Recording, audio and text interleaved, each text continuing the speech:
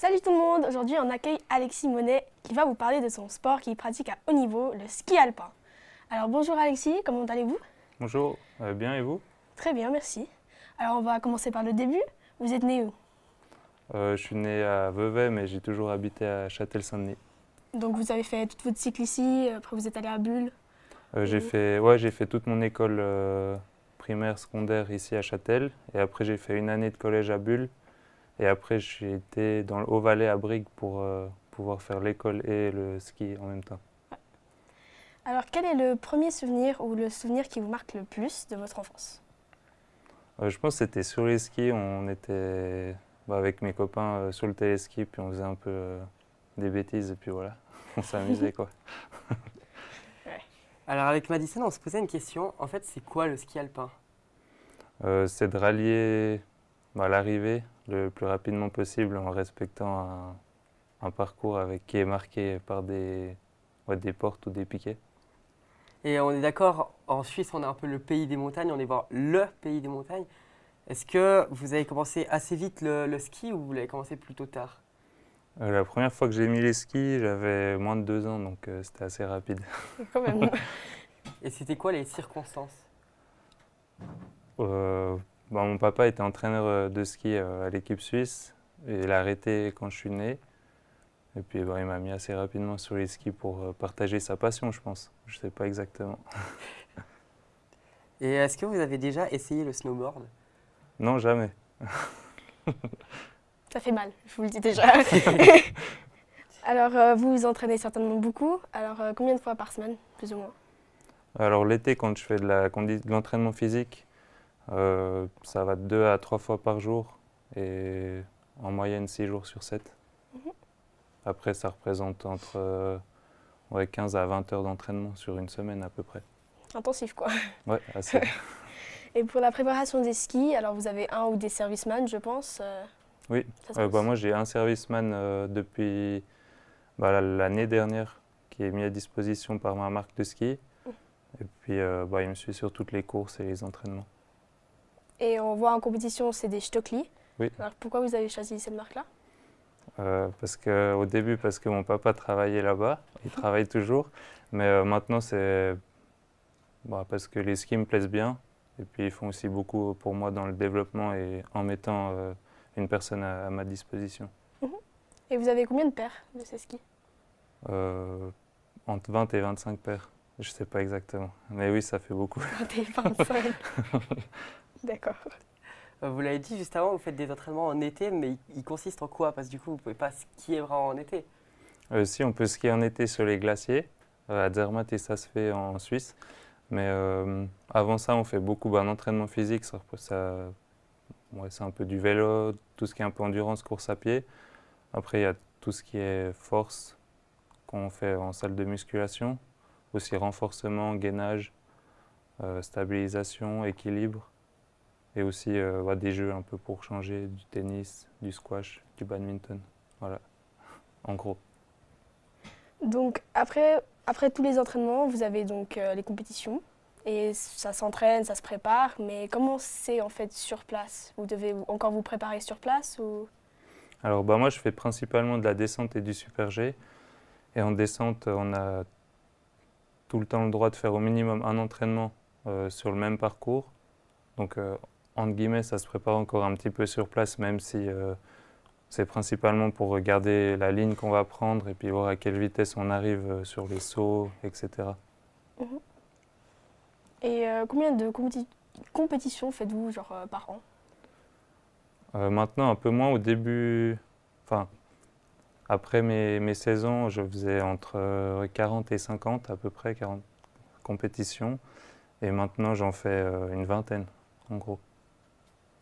Mhm. Donc ça faisait tous les week-ends quoi. Après les 16 ans. Avant, j'avais quasiment jamais des courses en week-end, mais principalement que en semaine. Donc, je Ah loupais ouais, l'école assez souvent. ah, chouette. Et en principal, elles sont où en général? Euh, Maintenant que je suis en Coupe du Monde, elles sont dans tout le monde à peu près, mais quand même principalement en Europe encore. Mhm. Et avant, c'était en Suisse, en Europe. Enfin, c'est un peu, ça commence en Suisse, on va faire quelques courses en France, en Italie. Et après, on commence à voyager dans toute l'Europe. Il y a 3 ans, c'était la première fois que je prenais l'avion pour aller faire une course en Norvège. Et puis l'année dernière, je suis allé 2 fois aux États-Unis pour faire du ski, donc ouais, ça commence à faire un peu loin. C'est Mais, chouette, mais c'est chouette. Vous oui, aimez c'est voyager? vraiment cool, ouais. Mhm. Et est-ce que vous restez plusieurs jours sur place pour les courses? Ouais, alors comme je fais les disciplines de vitesse, on reste, grâce ou à cause des entraînements pour la descente, on fait principalement ou normalement entre 4 et 5 jours sur place. Des fois plus si on a, comme par exemple si on va aux États-Unis, on prend tout le temps un peu de temps pour s'adapter au changement des horaires et ça. Et puis une journée typique en tournoi, ça se passe plus ou moins comment? Bah alors, le réveil, il dépend principalement de l'endroit où on est et à quelle heure la course elle est. Mais c'est environ vers les 7h30, 8h.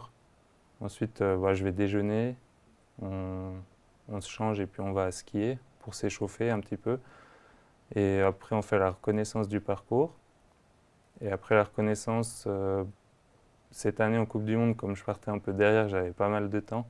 Parce que souvent, du numéro 1 au 30, ça dépend les endroits, mais ouais, ça dure presque 1 heure et demie. Donc pour ceux qui partent derrière, c'est quand même un peu long. Du coup, on a tout le temps une salle qui s'appelle le Team Hospitality, où il y a tous les coureurs qui sont là, où on peut manger et boire un petit truc.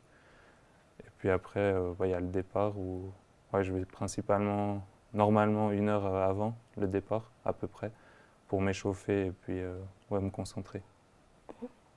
Et c'est quoi la principale différence entre donc un World Cup, un championnat du monde et un championnat d'Europe? Alors en ski, on n'a pas, enfin on a la Coupe du Monde, la Coupe d'Europe. Après, il y a les championnats du monde, mais pas de championnat d'Europe. Et la différence entre les Coupes du Monde et les Coupes d'Europe, c'est bah, qu'en Europe, c'est un peu, le niveau il est un peu moins haut qu'en Coupe du Monde, comme dans tous les sports. Mhm. Et après, les championnats du monde, c'est qu'une fois tous les 2 ans et c'est un peu la course d'un jour qu'il faut gagner une fois. Ouais. Et c'est quoi vos objectifs en compétition pour les prochaines? Ça serait de refaire la même saison que j'ai fait cette année, ça serait déjà pas mal de pouvoir confirmer.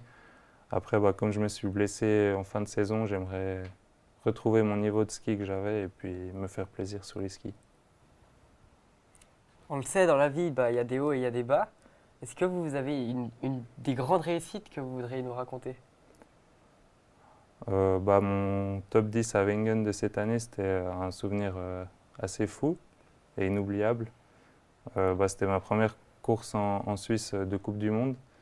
Et puis avec l'ambiance et tout, c'était incroyable. Et puis de pouvoir faire un résultat comme ça, c'était ouais, un peu incroyable. Ouais. Puis vous pensez que vous avez réussi par chance votre top 10 ou vous avez réussi grâce à l'entraînement? Il y a tout le temps une petite part de chance, je pense, dans le sport. Mais après, c'est clair que tout le travail qu'on a fait, on se dit que il a payé. Mhm. On l'a bien vu avec Hermann Mayer, des fois il y a des grosses chutes qui nous sortent totalement de la compétition. Vous avez réagi comment à votre chute? Dans les médias, assez bien parce que avec la chute que j'ai faite, je pense que j'ai eu un petit peu de chance. Ça aurait pu être bien plus grave au niveau des conséquences. Et après, c'est clair que c'était pas le top d'être à la maison pendant que les autres skiaient, mais comme c'était à la fin de la saison, que j'avais aussi fait une très bonne saison avant, euh, je l'ai pris plus comme une expérience pour la suite et pour ma carrière. Et sur le moment, vous avez réagi comment? Sur le moment de la chute, ça va très vite et très lentement en même temps. On a le temps de voir arriver les filets et puis on se dit désolé pour les gros mots, mais putain, merde. Et puis voilà, après, une fois que j'étais dans les filets, c'était assez bizarre parce que ça faisait beaucoup de bruit et puis on ne sait pas trop quand c'est qu'on va ressortir et si on ressort. Donc voilà. Parce que moi du coup j'ai vu la chute à la télé, Mhm. puis je me suis demandé en fait comment vous avez fait pour tomber.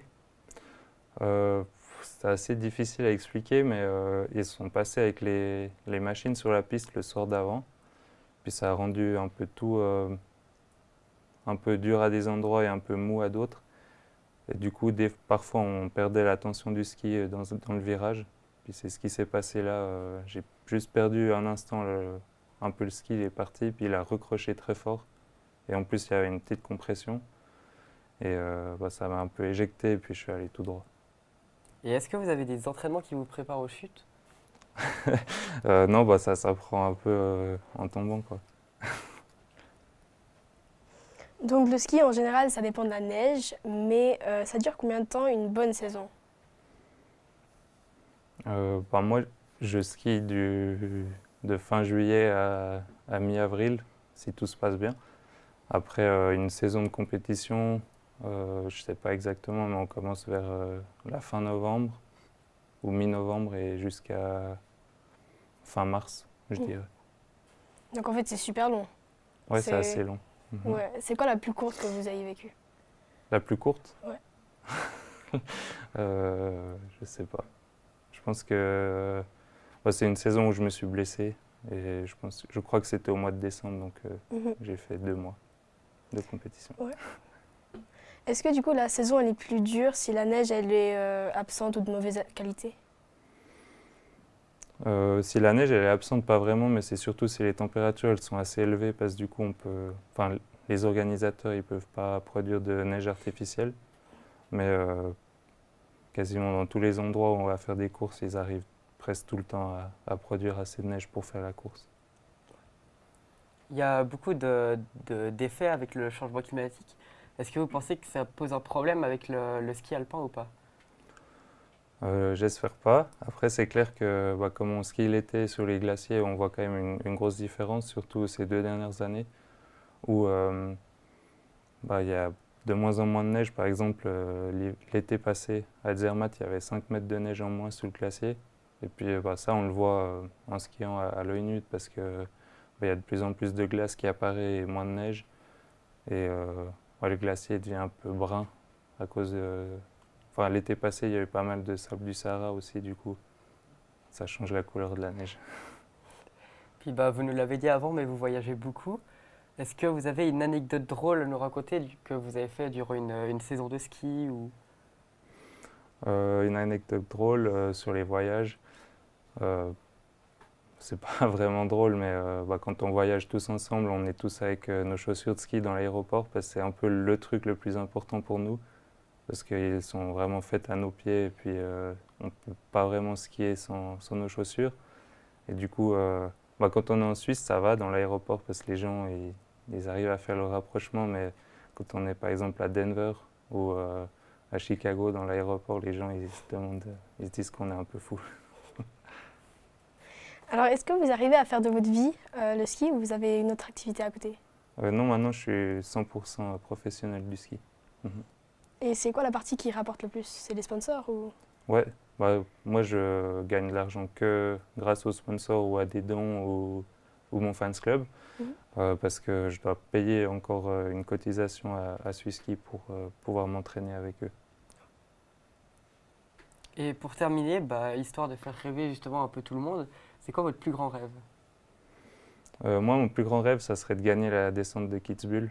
Je pense que c'est un peu la plus mythique et puis la plus spectaculaire, donc ouais, ça serait ça. Okay. On arrive gentiment à la fin de l'interview, donc merci beaucoup à vous d'avoir répondu à nos questions.